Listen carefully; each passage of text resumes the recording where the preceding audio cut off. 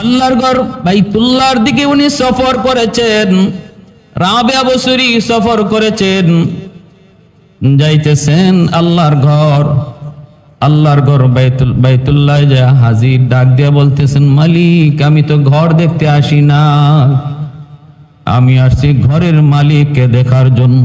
সুবহানাল্লাহ। আল্লাহ পাক রব্বুল আলামিন কে রাবিয়া অন্তর ইলহাম করে দিলেন, তুমি কি দুনিয়াটা ধ্বংস করে দিতে চাও? তোমার কোনো আবদারে দুনিয়ার যদি ক্ষতি হয়, দায় ভার কিন্তু তোমার উপরে যায় পড়বে। মুসা, আমি আল্লাহর কাছে আমাকে দেখতে চেয়েছিল, কি হয়েছে তুমি কি তা জানো না? মুসা বলেছিল, মালিক তোমার এক নজর দেখবো। আমি বলেছিলাম, লান্তারানি লান্তারানি লান্তারানি, আমি আল্লাহকে দেখা যায় না। দুনিয়াতে কোনো মানুষের চোখে আমি এতটুকু পাওয়ার দেই নাই যেই পাওয়ারে আমি আল্লাহকে দেখে সইতে পারে। মুসা তারপর বলছিল, না গো মালিক, এরপরও দেখতে মন চায়। আল্লাহ পাক রব্বুল আলামিন জিব্রাইল আমিনকে বলেছিলেন, জিব্রাইল, আমার মুসা বারবার শুধু আমি আল্লাহকে দেখতে চায়। যতই আমি তারে বুঝাই, বুঝ মানে না। যাও তোর পাহাড়ের যত প্রাণীরা আছে ওদেরকে সরে যেতে বলো। জিব্রাইল আমিন তোর পাহাড়টা খালি করে দিলেন। সাপের কাতারে সাপ, বিড়ালের কাতারে বিড়াল, সিংহের কাতারে সিংহ, পিঁপড়ার কাতারে পিঁপড়া, তোর পাহাড়টা খালি করে দিচ্ছে। স্পেশাল ফেরেশতার বাহিনী আল্লাহ পাঠায় দিছে। মুসা নবীর নিয়ে জিব্রাইল হাজির হয়েছে। মুসা নবী দেখতেছে, সব লাইন ধরে যায়। কিরে তোরা কই যাও? প্রাণীদের জবান খুলে গেল। কই, মুসা গন্ডগোল ঘটায়া তুমি নিজে এখন জানো না। জিব্রাইল আমিন কয়, নবী গো, এমন এক আবদার করে বসছেন, এখন এরপরে কি হবে আমি জিব্রাইল নিজেও জানি না। শুধু এতটুকু জানি, আল্লাহ বলেছেন এতটুকু এরিয়াকে আমি একোয়ার করে নেই, যে এরিয়াটার ভিতরে আমার আল্লাহর নূরের তাজাল্লি পড়বে। সুবহানাল্লাহ, জোরে কোন। এতটুকু এরিয়ার ভিতর থেকে সব প্রাণীকুল সরায় যেন আমি একোয়ার করে নিই। মুসা নবী এবার দৃশ্য দেখে ভয় পেয়ে গেলেন। স্পেশাল ফেরেশতার বাহিনী দেখতেছেন, পশু পাখিগুলাকে চলে যাইতে দেখতেছেন। মুসা ভয় পেয়ে বলতেছেন, জিব্রাইল, এত বড় ঘটনা ঘটবে আমি বুঝতে পারি নাই রে জিব্রাইল, আমি আমার দাবি উড্ড করলাম। জিব্রাইল কয়, নবী গো, আর সুযোগ নাই, যা সিদ্ধান্ত হওয়ার হয়ে গেছে, এখন শুধু অপেক্ষা করার টাইম। সুবহানাল্লাহ, জোরে কোন। এখন শুধু দেখার টাইম, অপেক্ষা করার টাইম, উড্ড করার আর টাইম নাই। কারণ মালিক আপনারে বারবার বলেছে, লান্তারানি লান্তারানি না, আমি আল্লাহকে দুনিয়াতে দেখা যায় না, জান্নাতে আমাকে দেখার মতো চোখ তোমাকে দিব। সুবহানাল্লাহ। জান্নাতে আমি আল্লাহ তোমাদেরকে চোখের মধ্যে এমন পাওয়ার দিয়া দিব, যেই পাওয়ারে আমাকে দেখে সইতে পারবা। এরপরে তুর পাহাড়ের মধ্যে আল্লাহর নূরের তাজাল্লি পড়লো। তুর পাহাড়টা জ্বলে ছাই হয়ে গেল। জ্বলন্ত আগুনের ভিতরে মুসা নবীও জ্বলতেছে। এবার আল্লাহ কয়, রে আগুন, আমার মুসা বুঝে নাই, এজন্য আবদার করেছে, সাবধান, তুই আমার মুসার পশম পর্যন্ত জ্বালাবি না। আগুন সব জ্বালায়া ছাই করে দিল, কিন্তু মুসা কালিমুল্লাহর একটা পশম জ্বলল না। বেহুশ হয়ে পড়ে আছেন। আল্লাহ পাক জিব্রাইল ডাকা, জিব্রাইল, আমার মুসাকে হুঁশ ফিরাও। মুসা নবী হুঁশ ফিরার পর আল্লাহর কুদরতি কদমে সিজদায় পড়ে গেছেন। মালিক, আমার ভুল হয়ে গেছে, মাফ করেন। জিব্রাইল কয়, ৭০,০০০ নূরের পর্দা থেকে মাত্র একটা পর্দা আল্লাহ সরাইছে। সুবহানাল্লাহ। জান্নাতে পুরা ৭০,০০০ পর্দাই আল্লাহ সরাইয়া দিবে। এরপরও কোনো জান্নাতি বেহুশ হবে না, আল্লাহ চোখে ওই পাওয়ার দিয়ে দিবেন। মেমোরি কার্ডে যতটুকু লোড নেওয়ার আছে শক্তি, এতটুকু, এর বেশি নিলে পরে অ্যাকসেপ্ট করবে না। আল্লাহ প্রতিটা মানুষের দিল, দেমাগ, চোখ, কান এই সব কিছুর একটা লিমিট দিছেন, এর বাহিরে কিছু করা যাবে না, করলে পরে এটার ক্ষতি হবে। দাঁত দিয়া কামড় দেওয়ার যদ্দূর শক্তি আছে এদ্দুরই আল্লাহ দিয়া দিছেন, এর বেশি চেষ্টা করবেন দাঁত ভাঙবে, ঠিক না? কান দিয়া শুনবো আমরা, কতটুকু জায়গা থেকে শুনবো এতটুকুর একটা লিমিট আল্লাহ দিয়া দিছেন। দিমাগ কদ্দূর পর্যন্ত চিন্তা করে উঠতে পারবো আল্লাহ দিয়া দিছেন লিমিট, এর বাহিরে যাবেন পাগল হয়ে যাবেন। এজন্য আল্লাহ বলে তাফাক্কারু ফি খালকিল্লাহ, তাফাক্কারু ফি খালকিল্লাহ ওয়ালা তাতাফাক্কারু ফি যাতিল্লাহ। আমি আল্লাহ তোমাদের দিমাগের মধ্যে এতটুকুই ক্ষমতা দিয়েছি, যেই ক্ষমতার দ্বারা তোমরা আমার সৃষ্টি জীব নিয়ে গবেষণা করবে, আমি আল্লাহকে পাবে। যখনই আমাকে নিয়ে ভাবতে শুরু করবে তখনই ব্রেন আউট হবে, কারণ এই ক্ষমতা তোমার ব্রেইন আমি দেই নাই। নাস্তিকরা নাস্তিক হয় কেমনে? ওই চিন্তা করে কয় আমাদেরকে আল্লাহ বানাইছে, তো আল্লাহরে কে বানাইছে? আমরারে বুঝলাম আল্লাহ বানাইছে, আল্লাহরে কে বানাইছে?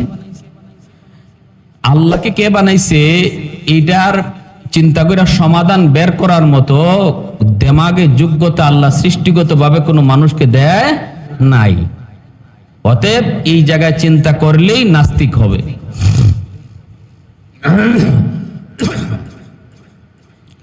ফুরাত নদীর কিনারার মধ্যে বসে আছেন রাবেয়া বসরি, হাসান বসরি। ফুরাত নদীর কিনারায় তারা দুজন যায় আল্লাহর ইশকের কথা, আল্লাহর ভালোবাসার কথা তারা বলতেছেন। হাসান বসরি বলেন, রাবেয়া বসরির সামনে যখন আমি যাইতাম, তার আল্লাহ প্রেমের দৃশ্য, আল্লাহর মহব্বত ভালোবাসার কথাগুলো শুনলে পরে আমি যে একজন পুরুষ, উনি যে একজন মহিলা, এই খবর আমাদের থাকতো না, থাকতো না। হাসান বসরি বলেন, পানির উপরে যায় নামাজ বিষয়ে আমি বলতেছি, রাবেয়া চলো পানিতে একটু নামাজ পড়ে নেই। রাবেয়া বসরি তখন বাতাসের উপরে যায় নামাজ বিষয়ে বলতেছেন, চলো বাতাসে নামাজ পড়ে নেই। এবার হাসান বসরি অবাক হয়ে গেলেন, নিজের ছোট মনে করলেন। রাবেয়া বসরি বলেন, হাসান বসরি কে ও আল্লাহর ওলি, পানিতে যায় নামাজ বিষয়ে নামাজ পড়া আর বাতাসে যায় নামাজ বিষয়ে নামাজ পড়া কোনো ক্রেডিট নয়, এটা বাহাদুরি নয়, এটা ওলি হওয়ার সার্টিফিকেট নয়। কারণ পানিতে এমন মাছেও পারে, বাতাসে এমন মাছিও পারে। তুমি যা পারো এটা মাছে পারে, আর আমি যা পারি এটা মাছি পারে। অতএব এটা বাহাদুরির কোনো বিষয় নয়। আল্লাহ প্রেম এর চেয়ার উপরে, সুবহানাল্লাহ জোরে কোন, এর চেয়ার উপরে, এর চেয়ার উপরে।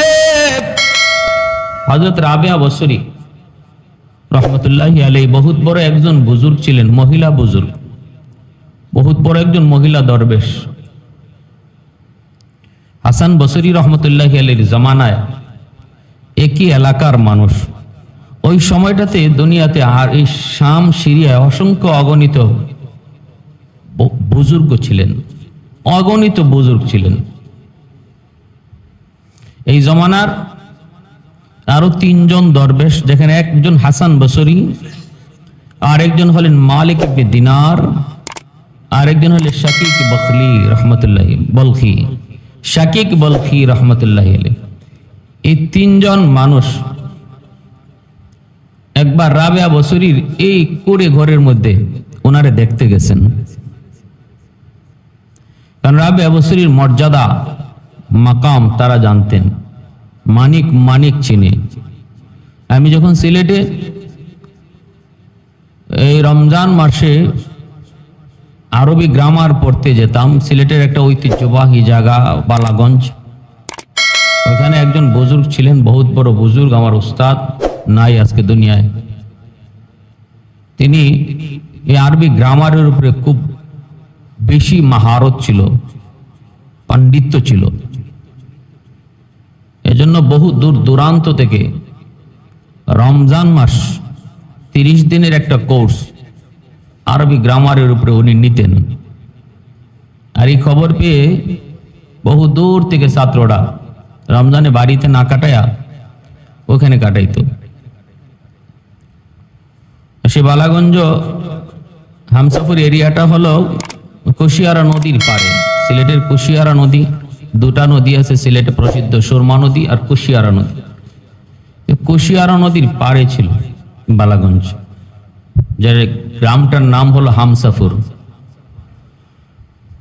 তো বড় হুজুর যিনি ছিলেন তিনি অন্ধ ছিলেন, বহুত বড় আল্লাহওয়ালা, বহুত বড় বুজুর্গ, অন্তর্চক্ষু যা খোলা ছিল।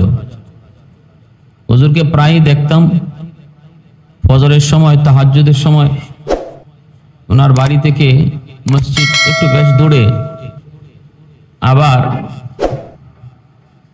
যেতে হতো ওই যে জমির আইল দিয়া পায়ে হেঁটে হেঁটে যেতে হতো। লাঠিতে বর দিয়া অন্ধকারের মধ্যে মসজিদে চলে যেতেন। অত্র এলাকার যত জিন্নাত আছে সমস্ত জিন্নাতদের বিচারক ছিলেন উনি। রাত 12টার পরে জিনদের বিচার বসতো। জিন্নাতদের ভিতরে যত মারামারি হইছে, জুলুম হইছে, সব কিছুর বিচার করতেন হুজুর। ওনার কাছে ওরা বিচার নিয়ে আসতো, সবাই এক বাক্যে ওনার বিচার মেনে নিত। এই বিচার আসরে বসতো রাত 12টার পরে। ফরিদপুরের শামসুল হক ফরিদপুরি রহমতুল্লাহ আলী সদস্য হুজুর রাহিমাহুল্লাহ, ওনার জীবনী তো পাইলাম আমার উস্তাদ দেখছেন আল্লামা নাসিম আরাফাত সাহেব, মালিবাগ জামিয়ার সুনামধন্য মুহাদ্দিস। উনি বাংলার হীরামতি পান্না এক বই লিখছেন, যে বইয়ে 3 জন ব্যক্তির জীবনী এনেছেন, মাহমুদুল্লাহ হাফিজি, তারপরে পীরজি হুজুর, সদস্য হুজুর, এই 3 জনের জীবনী এনেছেন। এখানে হুজুর লেখছেন, ওই যে হুজুরও একবার ঢাকা থেকে এরকম গহডাঙ্গা যাবেন, তো নৌকায় উঠছেন, নৌকা আরো যাত্রীরাও উঠছে, উনি উঠছেন, যাত্রীরা ঘাটে ঘাটে নামলো, ওনার ঘাট একবারে সবার পরে। তো মাঝি সহ সবাই তো চিনে হুজুরকে, যে হুজুর কত বড় বুজুর্গ, কত বড় আল্লাহওয়ালা। তো সবাই নামছে, এবার হুজুরের ঘাটে যাবেন, এটাই স্বাভাবিক। কিন্তু ইনি বলতেছেন মাঝিরে যে না, আমার ওইখানে নিতে হবে না, তুমি আমার এখানে নামায় দাও, এই ঘাটে নামায় দাও। অথচ রাত তখন বাজে প্রায় 12টা, এই ঘাটে নামায় দাও। অথচ এখান থেকে হুজুরের বাড়ি যেতে হলে বিশাল একটা হাওর পায়ে হেঁটে যেতে হবে। কেন হুজুর এই কষ্ট করবেন? নৌকা যাবে তার ঘাটে, আর উনি নামতে চান এখানে। মাঝি বারবার বলতেছে, হুজুর এই কষ্টটা কেন করবেন? হুজুর নৌকা নিয়ে তো আমি আপনার ঘাটে যাব। হুজুর বলতেছেন, তুমি এত কিছু বুঝবা না বাবা, আমার এখানে নামাও, খুব দ্রুত নামাও। মাঝি বাধ্য হয়ে নামাই দিছে। এরপরে কুয়াশার রাত ছিল, শীতের রাত। তো মাঝি নামানোর পরে তার ভিতরে কৌতূহল জাগলো যে না, আমিও হুজুরের পিছনে পিছনে যাব। কেন এখানে নামবে হুজুর? কারণটা তো কোনো যুক্তি নাই, এখানে কেন নামলো? আমি পিছনে পিছনে যাব। তো মাঝিও, কুয়াশার রাত তো অতটা বোঝা যায় না, কে 10 হাত দূরে থাকলে একজনের ঠিক মতো দেখা যায় না। এজন্য হুজুরে আর বুঝেন নাই যে পিছনে মাঝি আছে। মাঝিও পিছনে পিছনে আসতেছে। মাঝি তার নিজের ভাষ্য সে লিখছে যে আমি কিছু দূর যাওয়ার পরেই দেখলাম যে হুজুরকে আমি নামাইলাম একা, আর কেউ উনার সাথে নাই। হঠাৎ করে দেখি উনার ডানে বামে শয়ে শয়ে মানুষ চলতেছে। সুবহানাল্লাহ। আমি তো ভয় পাইতেছিলাম যে হাওরটা হুজুর কেমনে একা পারি দিবে। আমি দেখি মানুষের অভাব নাই, ডানে বামে সামনে পিছনে মানুষ আর মানুষ। আমার তো কলিজা শুকিয়ে গেছে, এটা কি? তারপরও সাহস করে করে পিছনে পিছনে একদম গেলাম বাড়ি পর্যন্ত। ও বাড়ির কাছাকাছি যাওয়ার পরে দেখি আর কোনো মানুষ নাই, হুজুর একা। আমি তো একদম হাঁপাইতেছি হুজুরের কাছে, হুজুর এটা কি? হুজুর বলতেছে, তুমি কি? হুজুর আমি তো আপনার পিছনে পিছনে আসছি। কেন? দেখার জন্য। কি দেখছো? যা দেখবার তো দেখছি। এরা কারা? আপনার নামাইলাম একা, এরা কারা? হুজুর তখন বলতেছে, বাবা কারো কাছে বইল না। আমি নৌকা থাকতে এই এলাকার জিন্নাতের সর্দার আমার কানে কানে বলতেছে, হুজুর একটু দয়া করে যদি আপনি এখানে নামতেন, আর আপনারে পাহারা দিয়া দিয়ে আমরা বাড়ি পর্যন্ত পৌঁছাইতাম। আর এইটুকু সময়ের ভিতরে আমাদের কিছু মারামারি আসিল, কিছু ঝগড়াঝাটি আসিল আমাদের ভিতরে, সবাই আমরা একমত হইছি, আপনি যা রায় দিবেন আমরা সবাই মেনে নিব, এই সমাধানটা করে ফেলতাম। সুবহানাল্লাহ। জিন্নাতরা আল্লাহ ওয়ালাদেরকে কি রকম শ্রদ্ধা করে। এরা একটা জাতি। আল্লাহ কোরআনে হাদিসে জিন জাতি সম্পর্কে বহু কথা। জিন্নাতদের একটা বৈশিষ্ট্যই হলো তারা আল্লাহওয়ালাদেরকে খুব ভয় পায়, খুব শ্রদ্ধা করে, খুব শ্রদ্ধা করে, তাদের সাথে মোটেও বেয়াদবি করে না। তো যে কথা বলতেছিলাম আমি, হুজুরের কাছে গেছি, পরে হুজুর আমারে বলতেছেন কোথা থেকে আসছো?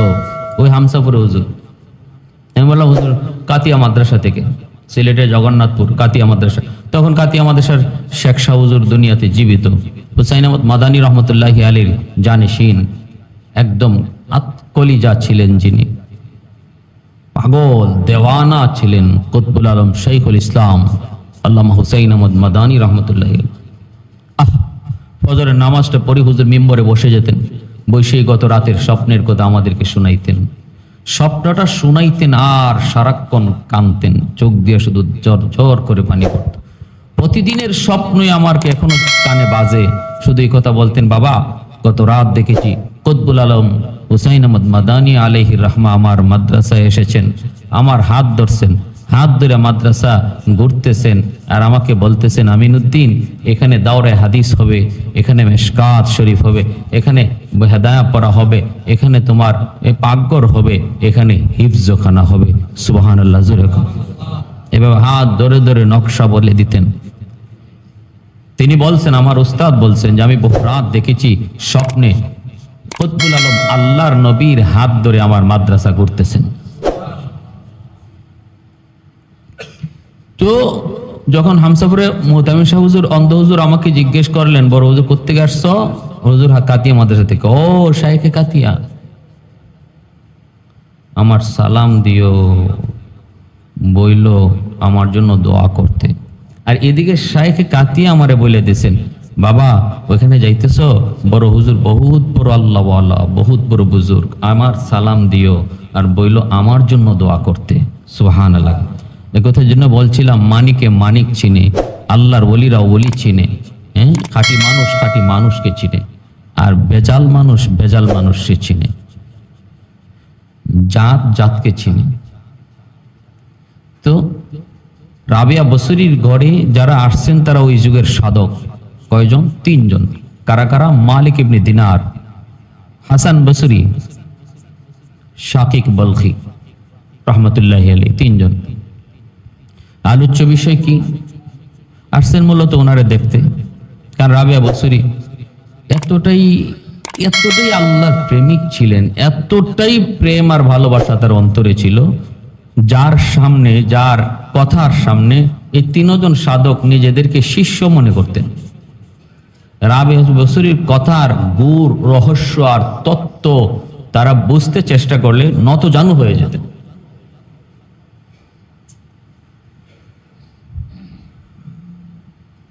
অথচ একজন মহিলা আল্লাহওয়ালা, মহিলা, তিনি পুরুষ না মহিলা?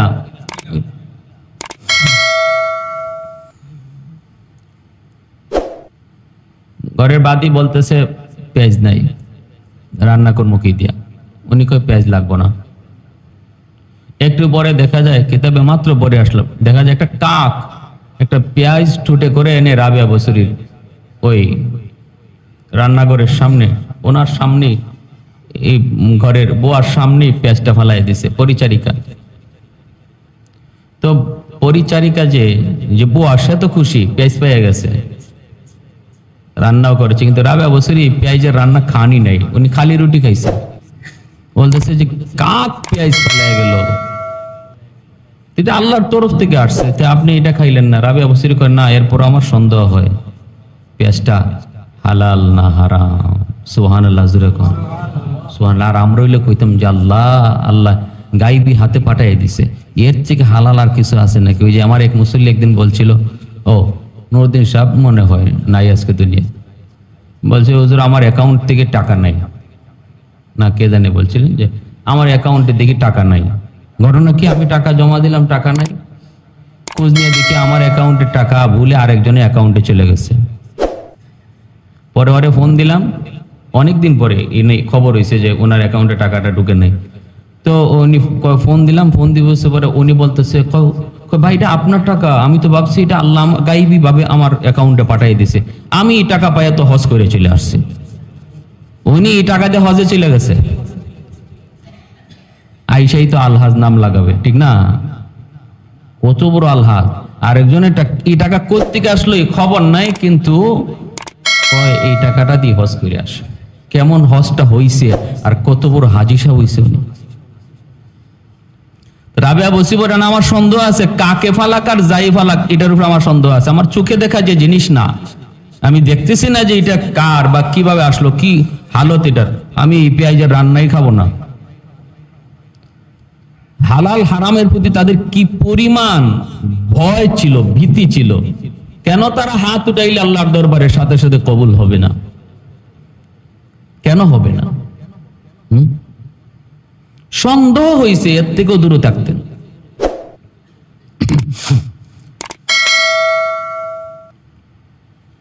জঙ্গলের জীব জানোয়ার গুলা চতুর্দিক দিয়ে বসে গেল। জঙ্গলের জীব জানোয়ার গুলা চতুর্দিক দিয়ে বসে গেল। ওই অবস্থায় হাসান বসরি গেছেন। যাওয়া মাত্রই দেখা গেল হিংস্র জানোয়ার গুলা তারা আবার যার যার জায়গা মতো চলে গেল।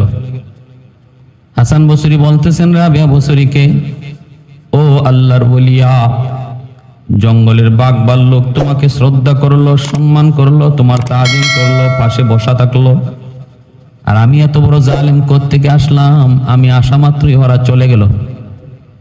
ঘটনা কি? রাবেয়া বসরি হাসান বসরিকে বলতেছেন, আপনি কি খাইয়াইছেন? রুটি আর গোশত। কত গোশত খাইছেন? যাদের গোশত আপনি নিজের দাঁত দিয়ে কামড়ায় খাইছেন, ওরা আপনারে দেখলে তো ভয় পাবেই।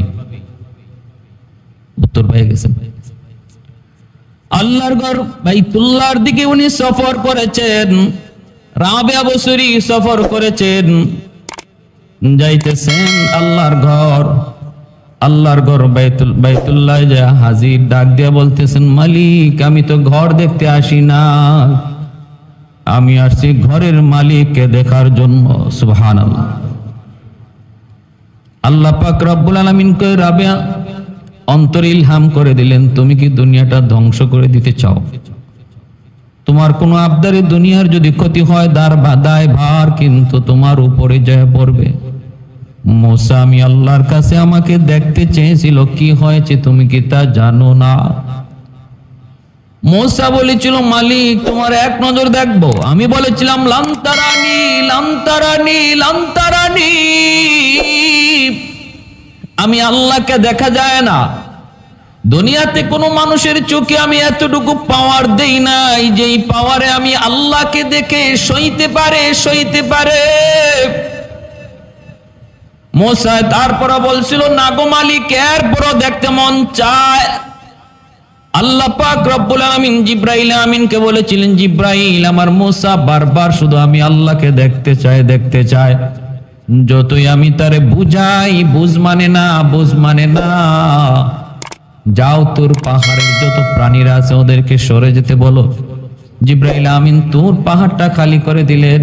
সাপের কাতারে সাপ, বিড়ালের কাতারে বিড়াল, সিংহের কাতারে সিংহ, পিঁপড়ার কাতারে পিঁপড়া, তোর পাহাড়টা খালি করে দিচ্ছে। স্পেশাল ফেরেশতার বাহিনী আল্লাহ পাঠায় দিছে। মুসা নবীর নিয়ে জিব্রাইল হাজির হয়েছে। মুসা নবী দেখতেছে, সব লাইন ধরে যায়। কিরে তোরা কই যাও? প্রাণীদের জবান খুলে গেল। কই মুসা, গন্ডগোল ঘটায়া তুমি নিজে এখন জানো না? জিব্রাইল আমিন কয়, নবী গো, এমন এক আবদার করে বসছেন, এখন এরপরে কি হবে আমি জিব্রাইল নিজেও জানি না। শুধু এতটুকু জানি আল্লাহ বলেছেন এতটুকু এরিয়াকে আমি একোয়ার করে নেই, যেই এরিয়াটার ভিতরে আমার আল্লাহর নূরের তাজাল্লি পড়বে। সুবহানাল্লাহ, জোরে কোন। এতটুকু এরিয়ার ভিতর থেকে সব প্রাণীকুল সরায় যেন আমি একোয়ার করে নিই। মুসা নবী এবার দৃশ্য দেখে ভয় পেয়ে গেলেন। স্পেশাল ফেরেশতার বাহিনী দেখতেছেন, পশু পাখিগুলাকে চলে যাইতে দেখতেছেন।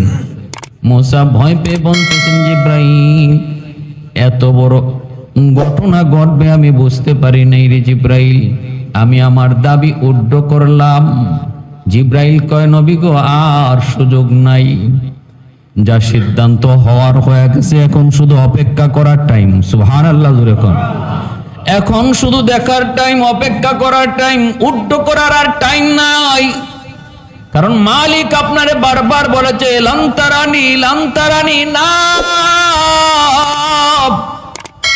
আমি আল্লাহকে দুনিয়াতে দেখা যায় না, জান্নাতে আমাকে দেখার মতো চোখ তোমাকে দিব। সুবহানাল্লাহ। জান্নাতে আমি আল্লাহ তোমাদেরকে চোখের মধ্যে এমন পাওয়ার দিয়া দিব, যেই পাওয়ারে আমাকে দেখে সইতে পারবা। এরপরে তুর পাহাড়ের মধ্যে আল্লাহর নূরের তাজাল্লি পড়লো, তুর পাহাড়টা জ্বলে ছাই ছাই হয়ে গেল। জ্বলন্ত আগুনের ভিতরে মূসা নবীও জ্বলতেছে। এবার আল্লাহ কয়ে, রে আগুন, আমার মূসা বুঝে নাই, এজন্য আবদার করেছে সাবধান, তুই আমার মূসার পশম পর্যন্ত জ্বালাবি না। আগুন সব জ্বালায়া ছাই ছাই করে দিল, কিন্তু মূসা কালিমুল্লাহর একটা পশম জ্বলল না। বেহুশ হয়ে পড়ে আছেন। আল্লাহ পাক জিব্রাইল ডাকা, জিব্রাইল আমার মূসাকে হুঁশ ফিরাও। মূসা নবী হুঁশ ফিরার পর আল্লাহর কুদরতি কদমে সিজদায় পড়ে গেছেন। মালিক আমার ভুল হয়ে গেছে, মাফ করেন।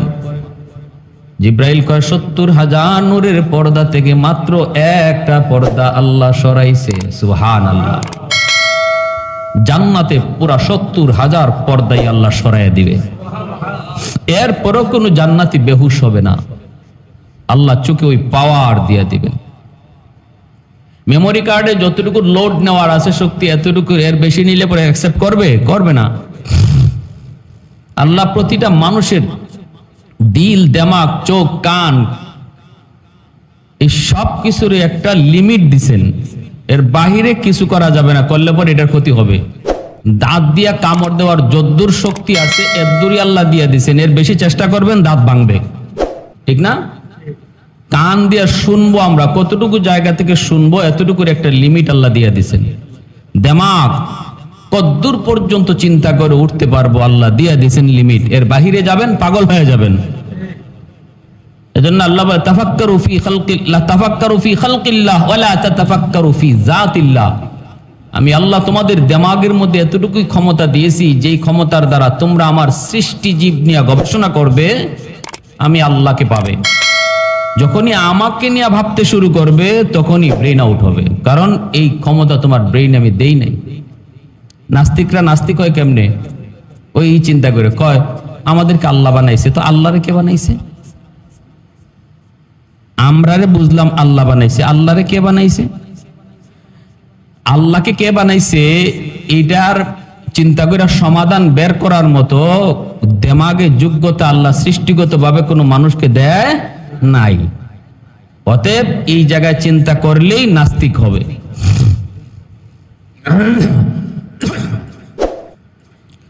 ফুরাত নদীর কিনারার মধ্যে বসে আছেন রাবেয়া বসরি, হাসান বসরি। ফুরাত নদীর কিনারায় তারা দুজন যে আল্লাহর ইশকের কথা, আল্লাহর ভালোবাসার কথা তারা বলতেছেন। হাসান বসরি বলেন, রাবেয়া বসরির সামনে যখন আমি যাইতাম, তার আল্লাহ প্রেমের দৃশ্য, আল্লাহর মহব্বত, ভালোবাসার কথাগুলো শুনলে পরে আমি যে একজন পুরুষ, উনি যে একজন মহিলা, এই খবর আমাদের থাকতো না। হাসান বসরি বলেন, পানির উপরে জায়নামাজ বিছায় আমি বলতেছি, রাবেয়া চলো পানিতে একটু নামাজ পড়ে নেই। রাবেয়া বসরি তখন বাতাসের উপরে জায়নামাজ বিছায় বলতেছেন, চলো বাতাসে নামাজ পড়ে নেই। এবার হাসান বসরি অবাক হয়ে গেলেন, নিজের ছোট মনে করলেন। রাবেয়া বসরি বলেন, হাসান বসরি কে ও আল্লাহর ওলি, পানিতে জায়নামাজ বিছায় নামাজ পড়া আর বাতাসে জায়নামাজ বিছায় নামাজ পড়া কোনো ক্রেডিট নয়, এটা বাহাদুরি নয়, এটা ওলি হওয়ার সার্টিফিকেট নয়। কারণ পানিতে এমন মাছেও পারে, বাতাসে এমন মাছিও পারে। তুমি যা পারো এটা মাছে পারে, আর আমি যা পারি এটা মাছি পারে। অতএব এটা বাহাদুরির কোনো বিষয় নয়।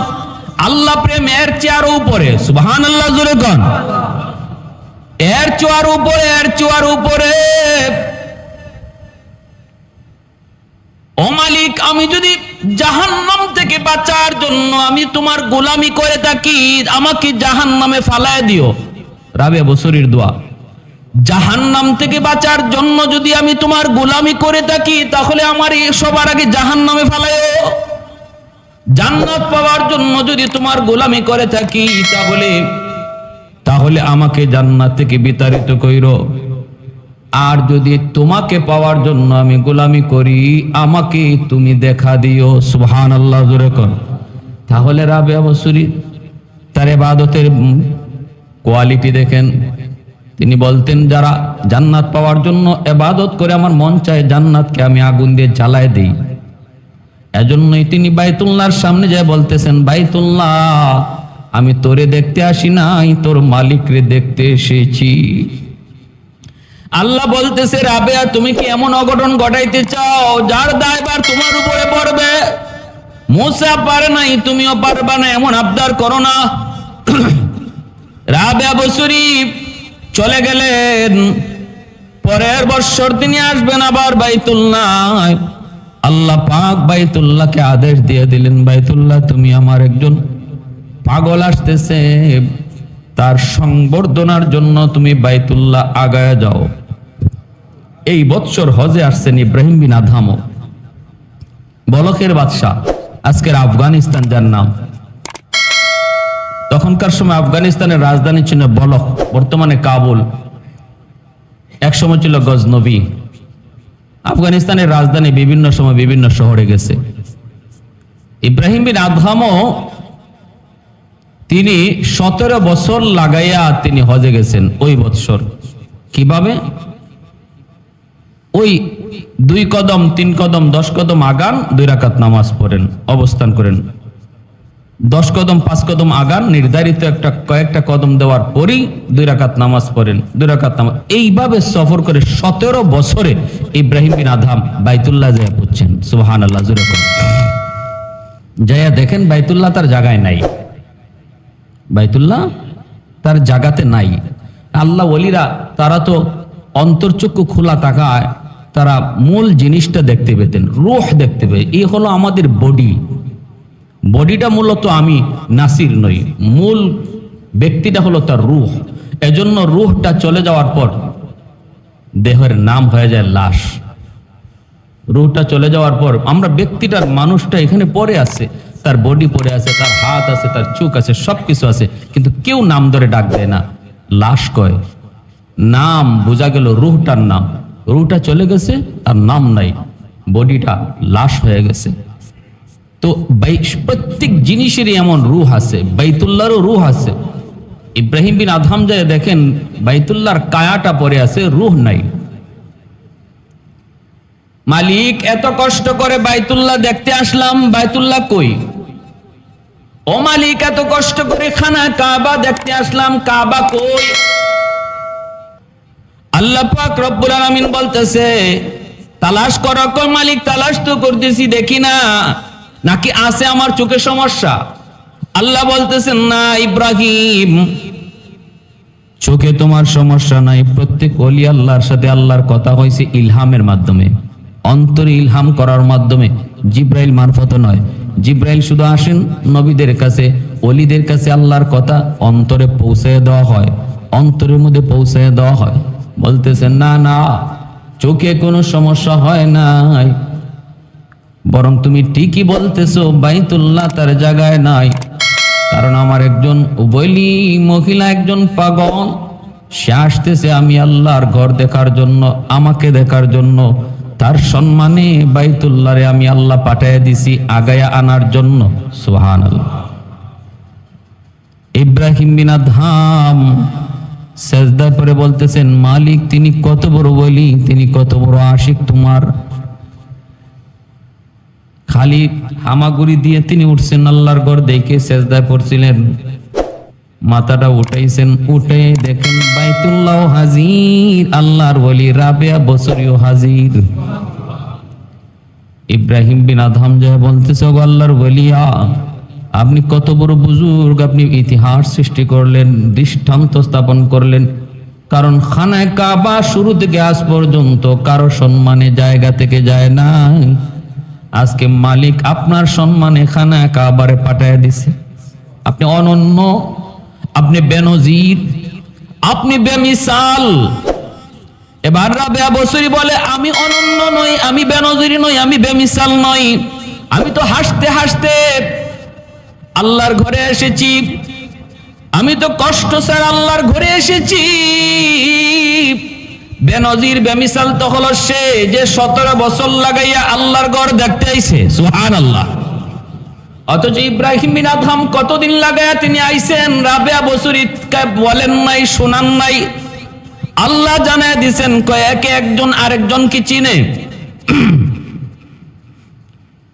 মানিকে মানিক চিনে, ওলি ওলিকে চিনে, আল্লাহওয়ালা আল্লাহওয়ালাকে চিনে। ভাইরা বন্ধুরা, জন্য বলতেছিলাম এত বড় বুজুর্গ, এত বড় আল্লাহওয়ালা রাবেয়া বসরি, ওনার ঘরে 3 জন আল্লাহর ওলি, জগৎ বিখ্যাত আল্লাহর ওলি জমা হয়েছেন। তাদের আজকের আলোচ্য বিষয় হলো খাঁটি প্রেমিক কে, আল্লাহর খাঁটি প্রেমিক কে, খাঁটি প্রেমিকের আলামত কি। একথা বলতে হাসান বসরি বলেন, আমি তো মনে করি আল্লাহ পাকের পক্ষ থেকে যখন কষ্ট দেওয়া হয়, যে সবর করে, আল্লাহ পাকের কষ্ট থেকে যার উপরে পরীক্ষা আসে সে হলো আল্লাহর ওলি। ওয়ালা নাবলুওয়ান্নাকুম বিশাইইন মিনাল খাউফি ওয়াল জু' ওয়া নাকসিম মিনাল আমওয়ালি ওয়াল আনফুসি ওয়াস সামারাত ওয়া বাশশিরিস সাবিরিন। আল্লাহ নিজে বলতেছেন যে যত বড় ওলি হবে তার উপরে আল্লাহর পরীক্ষা তত বেশি হবে। যে আল্লাহর পাগল যত বেশি হবে তার উপরে দুনিয়াবি পরীক্ষা তত বেশি হবে। একটার পর আরেকটা মুসিবত আসবে, বিপদ আসবে, সবর করবে আর আল্লাহ তার মাকাম মর্যাদা জান্নাতে বাড়াইতে থাকবে। দুনিয়াতে কিছু মানুষকে আল্লাহ এমন পছন্দ করা করে, এটা আল্লাহর একান্ত, এটা আল্লাহর ইচ্ছা। এখানে আমাদের কোনো হাত নাই যে আল্লাহ অমুককে কেন এত ভালো পায়। আল্লাহ বলে এটা আমার মনের বিষয়, আমার কুদরতি কলিজার বিষয়, আমি ওরে ভালো পাই, ওরে আমার ভালো লাগে, ওর হাসিটা আমার ভালো লাগে, ওর চলনটা ভালো লাগে, ওর পোশাকটা আমি আল্লাহর কাছে ভালো লাগে। কেন জানি না, কেন ভালো লাগে এর কোনো কারণ তালাশ করে পাওয়া যায় না। তখন আল্লাহ বলেন আমার ভালোবাসার মানুষটারে আমি আল্লাহ জান্নাতে রাখবো, যেই জায়গায় রাখবো ওই জায়গা পর্যন্ত পৌঁছতে তার আমলে ঘাটতি আছে, আমল কম, অতিরিক্ত আমল কম, যেই জায়গায় পর্যন্ত পৌঁছা যায় তখন রব্বুল আলামিন ওই আমলের ঘাটতিটারে পূরণ করার জন্য মাঝে মাঝে বিপদ দেয়, মুসিবত দেয়, পরীক্ষা দেয়। ওই পরীক্ষাগুলোতে সে যখন সবর করে করে আল্লাহর হুকুমে অটল থাকে, মালিক তখন তার ওই গ্যাপটা পূরণ করে ওই জায়গায় পৌঁছায় দেন। আমলের দ্বারা যে জায়গায় পৌঁছার কথা, যখন সে ওখানে আমলের দ্বারা পৌঁছতে পারে না, তখন তার উপরে কিছু কষ্ট, মুসিবত, রোগ, বিপদ, পারিবারিক বিপদ, ব্যক্তিগত বিপদ দিয়া যখন দেখা যায় ওই বিপদেও সে মসজিদে হাজির, ওই বিপদের সময়ও সে আল্লাহর উপরে ভরসা রাখেই চলতেছে, তখন আল্লাহ আমলের ঘাটতিটারে পূরণ কইরা ওই জায়গাটার গ্যাপ পূরণ কইরা দেয়। সুবহানাল্লাহ।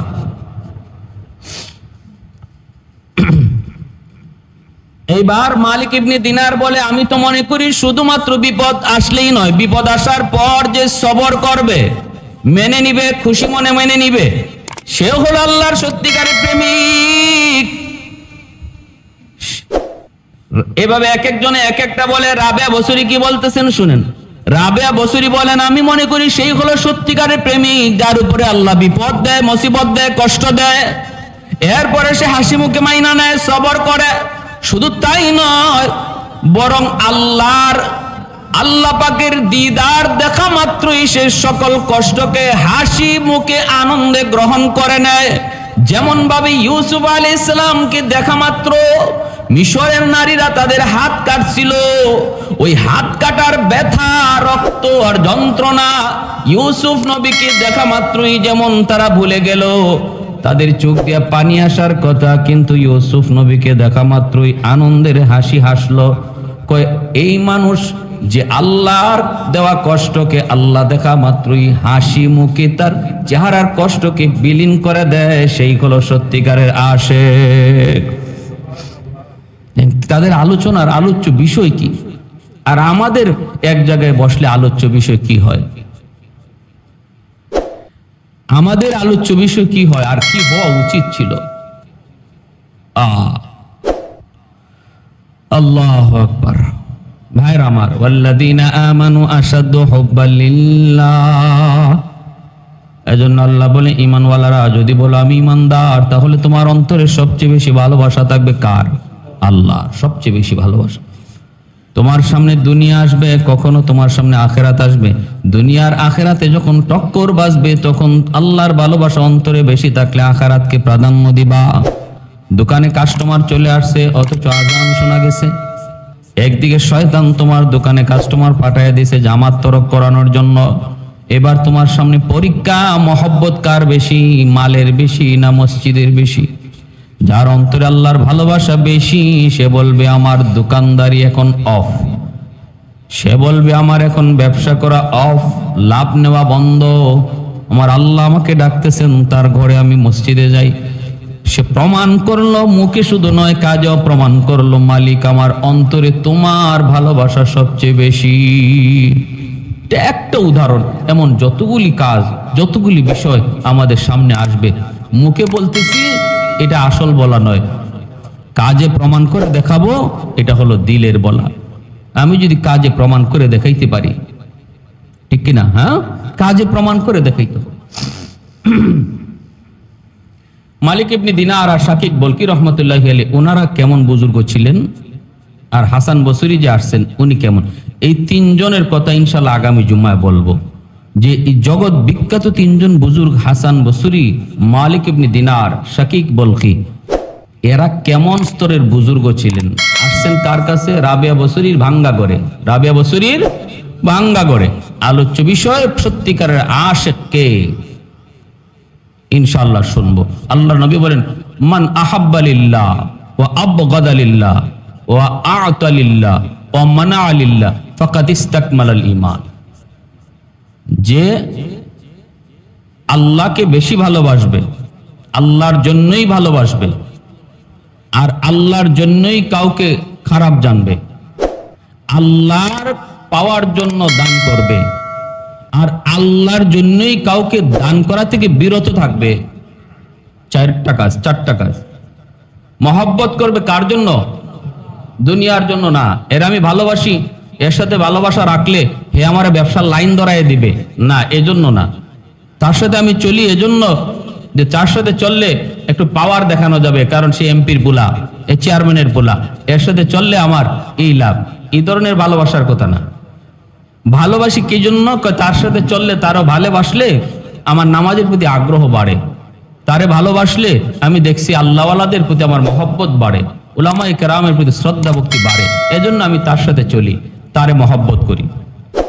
এই হলো 1 নম্বর গুণ। দ্বিতীয় হলো, একজনে খারাপ জানে, তার সাথে চলে না। মুসলমান সালাম কালাম বন্ধ করা যাবে না, কিন্তু তার সাথে চলা, সঙ্গ দেয়া, এটা ভিন্ন বিষয়। এখানে বুঝার বিষয় আছে। এখানে আমাকে অবশ্যই মাপতে হবে তার সাথে আমি চলবো। যদি বুঝি তার সাথে চললে পরে আমার নামাজের মধ্যে গাফলতি আসে, তার সাথে চললে পরে উলামায়ে কেরামের প্রতি আমার আরো খারাপ ধারণা আসে, কারণ সে মাঝে মাঝে এরকম আলেম উলামা সম্পর্কে, মসজিদে ইমাম, মুয়াজ্জিন, মাদ্রাসার উস্তাদ, তাদেরকে নিয়ে একটু কটাক্ষ করে কথা কয়, আর ওর সাথে চললে আমার এই কথাগুলো শুনতে হয়। এজন্য আমি ওর সাথে চলা বন্ধ করে দিলাম। এই বন্ধ করাতে আল্লাহ খুশি। এটা নবী বলতেছেন, আমান আবগাদা লিল্লাহ, আমি তাকে ভালো পাই না দ্বীনের খাতিরে, আল্লাহর জন্য, আর কোনো খাতিরে নয়। তার সাথে চলি না এজন্য নয় যে এর সাথে চললে আমার দুনিয়া কোনো ফায়দা হচ্ছে না, এর সাথে চললে আমার 2 টাকা আয় হচ্ছে না, এজন্য ওর সাথে চলা বাদ দিই নাই। বাদ দিছি তার সাথে চললে পরে আমার দ্বীনের ক্ষতি হয়। ওয়া আ'তা লিল্লাহ, দান করে সেটাও আল্লাহর জন্য, কাউরে দিছে। দেখেন, আমি আগেও বলেছি, আরো কোন জুম্মায় যেন বলেছি, বাসায় যে আমরা খরচ করি, এই যে বাজার করি, বাজার থেকে সন্তানের জন্য, বিবি বাচ্চার জন্য, এই খরচটাও নিয়ত করার সময় অন্তরে নিয়ত রাখবো খরচ করতে যে আল্লাহর জন্য করতেছি, তাহলে আমার এই খরচটাও দানের খাতায় লেখা হবে, আল্লাহর রাস্তায় দানের খাতায় লেখা হবে। আমার ঘরের সাংসারিক খরচ শুধু দিলের ভিতরে নিয়তটা রাখা। ওয়া আ'তা লিল্লাহ, তুমি যত যা খরচ করো নিয়ত করো আল্লাহ তোমার জন্য। ওয়া মানা'a লিল্লাহ, আমি কাউকে দেই নাই, কোথাও আমি টাকা পয়সা দেই নাই, সেটাও আল্লাহর জন্য। আমি জানি এখানে টাকাটা দিলে গুনাহ হবে, গোনার আয়োজন হবে, খেলাধুলার আয়োজন হবে, এখানে মহিলা আসবে, নর্তকী আসবে, গান গাওয়াবে, এজন্য দেই নাই। এই না দেওয়াটাও কার জন্য? আল্লাহর জন্য। আমি জানি এখানে না দেওয়াতে সমাজ আমাকে খারাপ জানবে, পোলাবানগুলো আমার সাথে কথা বলবে না, কোনোদিন বিয়াদবিও করতে পারে, কিন্তু তারপরও আমি দেব না, শুধু আল্লাহর ভালোবাসায়। কারণ সমাজের চেয়ে আমি আমার আল্লাহকে বেশি ভালোবাসি, রাষ্ট্রের চেয়েও আমি আমার আল্লাহকে বেশি ভালোবাসি, এই খাতিরে আমি দেই নাই। এই চারটা গুণ যার থাকবে, আল্লাহর নবী বলতেছেন, আমি গ্যারান্টি দিলাম সে পাক্কা মুমিন, ইমানদার। ফাকাদিস্তাকমালাল ঈমান, ফাকাদিস্তাকমালাল ঈমান, কদ শব্দ আইনা নিশ্চিত করেছেন আল্লাহর নবী, নিশ্চিত সে পাক্কা ইমানদার। এজন্য ভাইরা আমার, খাঁটি আল্লাহওয়ালা চিনতে হবে, খাঁটি বুজুর্গ চিনতে হবে। আর পীর দাবি করাটাই এত সহজ কথা নয়, বুজুর্গ দাবি করাই এত সহজ কথা নয়। আমাদের সমাজে তো এখন অলি গলিতে পীর পাওয়া যায়, অলি গলিতে চিপায় চাপায় পীর পাওয়া যায়। কে নাকি খেলাফতি দিয়ে দিছে, ওখানে যায় ওখানে যায়, ও এক জঙ্গল থেকে খেলাফতি দিয়ে দিছে, ওই চিপার থেকে এই চিপায় খেলাফতি চলে আসছে। হেও আবার বৃহস্পতিবারে কিছু লোক নিয়ে মজমা বসে, সেও আবার মুরিদ বানায়, হেও আবার কি বানায়? মুরিদ বানায়। আনিবাত হয়ে গেছে, সস্তা। হ্যাঁ, কি ছিল আল্লাহ ওয়ালাদের জিন্দিগি, আর এটারে আমরা কই নিয়ে যাইতেছি। আল্লাহ তুমি সহি বুঝদান করো, বলি আমিন। সারা জীবন এমনও জানি আমি, আমার চোখের সামনে গিটার বাজাইছে, গান বাজাইছে, কলেজে পড়ছে, মাদ্রাসা বারান্দায়ও যায় নাই, হে নাকি খেলাপতি পাইছে, কে নাকি তার খেলাপতি দিছে। এখন মুখে নাই দাড়ি, পিসাব পিসাব, দুদিন পরে আপনাদেরকে মুরিদ করবে, দাওয়াত দিবে, সাপ্তাহিক জলসা করবে, ধ্বংস করে ফেলতেছে, নষ্ট, গোটা সমাজ নষ্ট। এরা ইমানের ডাকাত। সাবধান, আমল কম করি কিন্তু আকীদা, বিশ্বাস, চিন্তা চেতনা, ধারণা সহি করি। ইতিহাস জানেন খাঁটি আল্লাহওয়ালাদের, তারা কি পাওয়ার নিয়ে, কি ধরনের আল্লাহর মহব্বত নিয়ে তারা চলতো, আর আমরা এটার কই নিয়ে যাচ্ছি। আল্লাহ আমাদেরকে সহি বুঝদান করুন। যারা সুন্নত পড়ি নাই 4 রাকাত কাবলার জুমা পড়ুন।